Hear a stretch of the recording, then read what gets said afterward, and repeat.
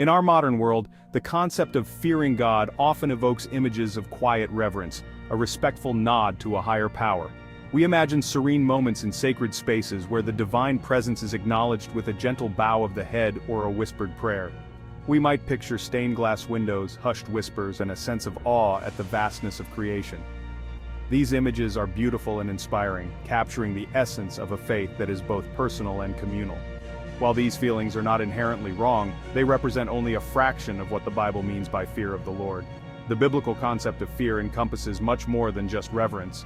It is a profound and transformative experience that touches every part of our being.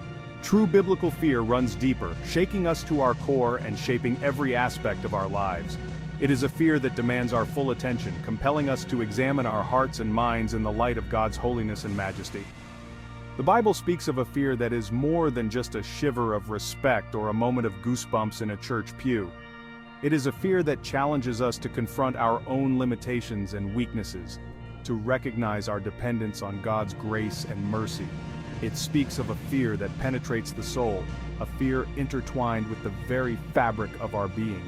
This fear is not merely an emotional response, it is a profound awareness of God's infinite power and our own finite nature. This fear is not a suggestion, an optional add-on to a comfortable faith. It is an essential aspect of our relationship with God, a recognition of His authority and our responsibility to live in accordance with His will. It is a command, a non-negotiable response to the God who is both love and consuming fire. This fear is rooted in a deep understanding of God's character, His justice, and His righteousness. This essay calls us to confront the uncomfortable reality of God's awesome power, to move beyond the surface level of respectful acknowledgement, and delve into the heart of what it means to truly fear the Lord. It invites us to explore the depths of our faith, to seek a more profound and authentic connection with the divine. It is a journey that will challenge our preconceived notions, but ultimately, it is a journey towards a deeper, more authentic relationship with the God who is both terrifying and wonderful beyond measure. This journey requires courage and humility, a willingness to be transformed by the power of God's presence in our lives. As we embark on this journey, we must be prepared to face our fears and doubts, to wrestle with the complexities of faith and the mysteries of God's nature. We must be open to the possibility of being changed, of becoming more fully who we are meant to be in the light of God's love and truth. In the end, the fear of the Lord is not about being afraid, but about being in awe of His greatness and goodness. It is about recognizing His sovereignty and our place in His creation, about living in a way that honors and glorifies Him. May we all come to understand and embrace this fear, not as a burden, but as a gift that leads us to a deeper, more meaningful relationship with the God who loves us beyond measure. Let us walk this path with faith and trust, knowing that we are held in the hands of a God who is both mighty and merciful. This is the reverent chill, the trembling awe that calls us to live with purpose and passion, to seek the face of God in all that we do. It is a call to be transformed, to be made new in the light of His glory and grace. Let us embrace this call with open hearts and minds, ready to be changed by the power of God's love and the depth of His wisdom. For in this fear, we find not only the beginning of wisdom, but the fullness of life itself. The Bible doesn't mince words when it comes to the fear of God. This fear is not just a fleeting emotion or a momentary feeling. It is a profound and deeply rooted reverence that shapes our entire being. It is a fear that acknowledges the immense power and authority of God, a fear that recognizes His sovereignty over all creation. Jesus Himself, the embodiment of grace and love, spoke directly to this fear. He did not shy away from addressing the gravity of God's power and the importance of fearing Him. Jesus, who is often seen as the gentle shepherd, also emphasized the necessity of understanding the fear of God. In Matthew chapter 10 verse 28, He doesn't tell us to merely respect God, to offer Him a polite nod of acknowledgement. Instead, He calls us to a deeper, more profound fear. This is not a fear that paralyzes, but a fear that awakens us to the reality of God's ultimate authority. No, Jesus says, and do not fear those who kill the body, but cannot kill the soul. This statement is a powerful reminder that our physical existence is not the end-all and be-all. There is something far more significant at stake, our eternal souls. Rather fear Him who can destroy both soul and body in hell.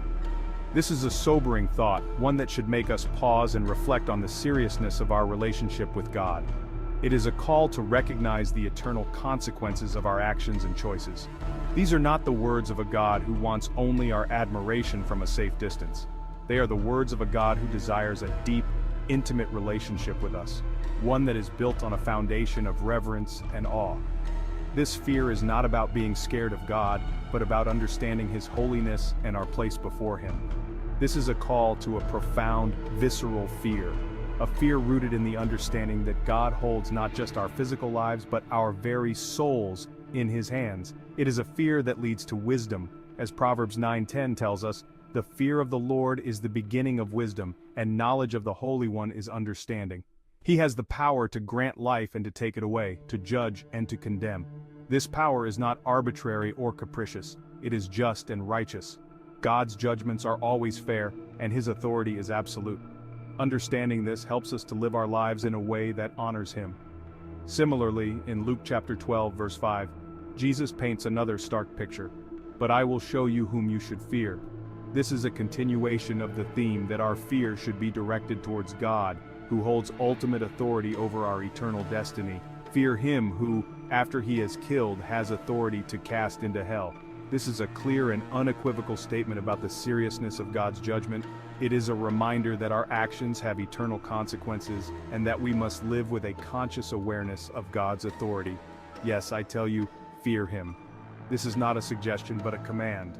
It is a call to live in a way that reflects our understanding of God's power and authority.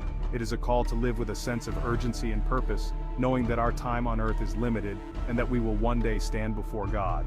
Again, the emphasis is not on a casual respect, but on a deep-seated fear of the consequences of rejecting God, of facing His righteous judgment.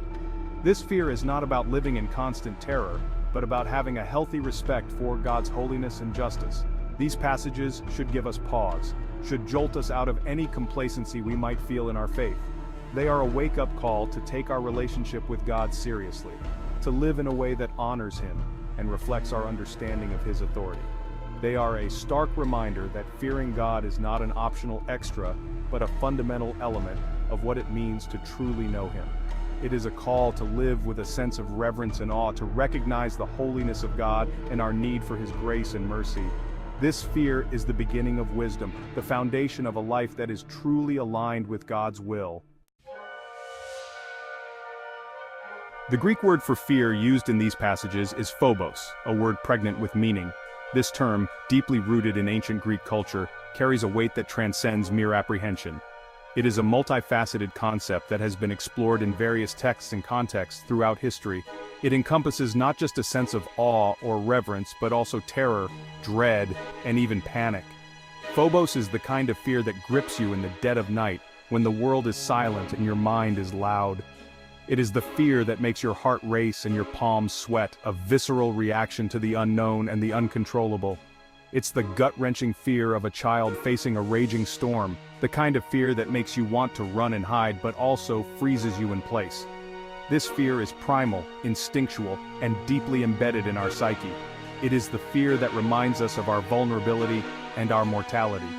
The heart-stopping terror of a mountain climber dangling over a precipice. Imagine the sheer drop below, the thin rope holding you up, and the vast emptiness that surrounds you. This is a fear that demands respect, a fear that keeps you alert and aware of every move you make. This is the kind of fear that the Bible calls us to have towards God. It is not a fear that paralyzes us, but one that brings us to our knees in reverence. It is a fear that acknowledges the vast difference between the Creator and the created. A fear that recognizes the power and majesty of the Almighty.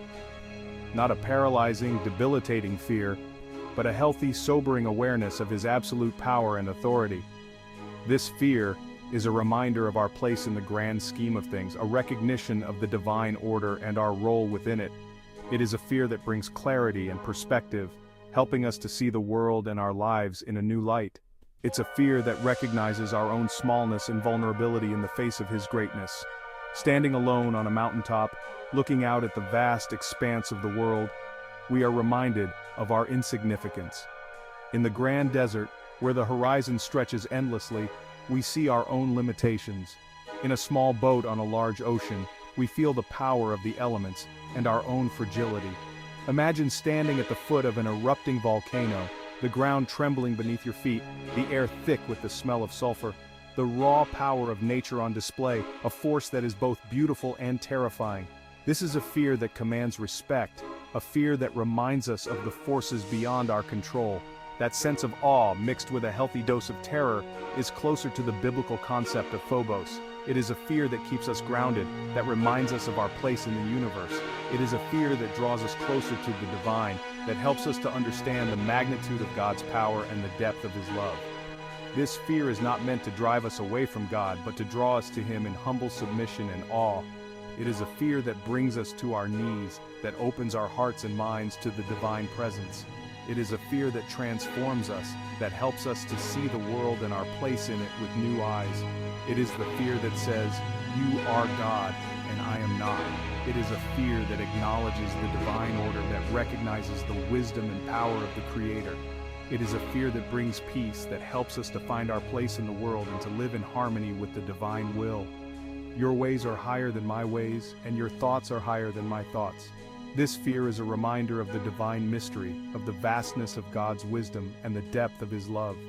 It is a fear that brings us closer to the divine, that helps us to understand our place in the universe and to live in harmony with the divine will.